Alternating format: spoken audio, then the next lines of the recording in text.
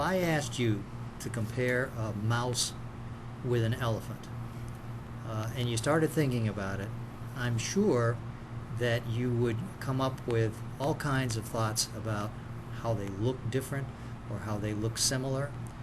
One of the things that occurs to me, for example, is obviously a mouse is one heck of a lot smaller than an elephant.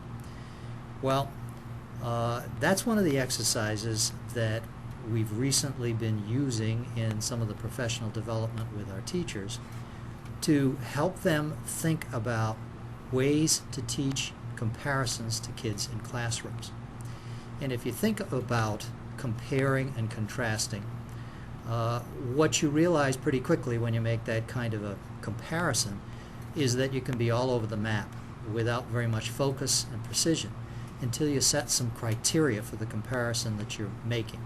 For example, the gestation period or the kind of stuff that they eat or whatever. When you set the criteria, the comparisons become a lot easier to make.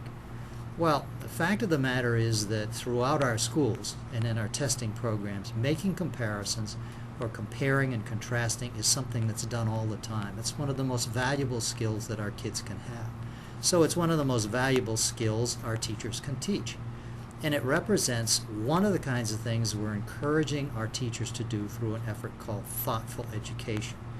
Essentially what we've done with the help of a consultant is to organize our schools into teams.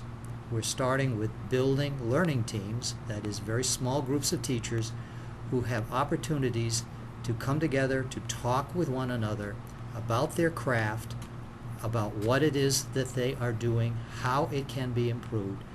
Then they go out and test these things in the classroom, come back and reflect upon them in a collaborative fashion and make improvements on their teaching skills.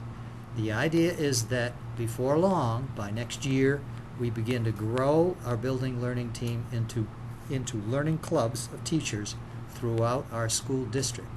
And what the research says is that when you give teachers an opportunity to talk with one another about how to improve their skills, give them some research to work with, you can get spectacular results. And one of the best illustrations that we're starting with so far is compare and contrast.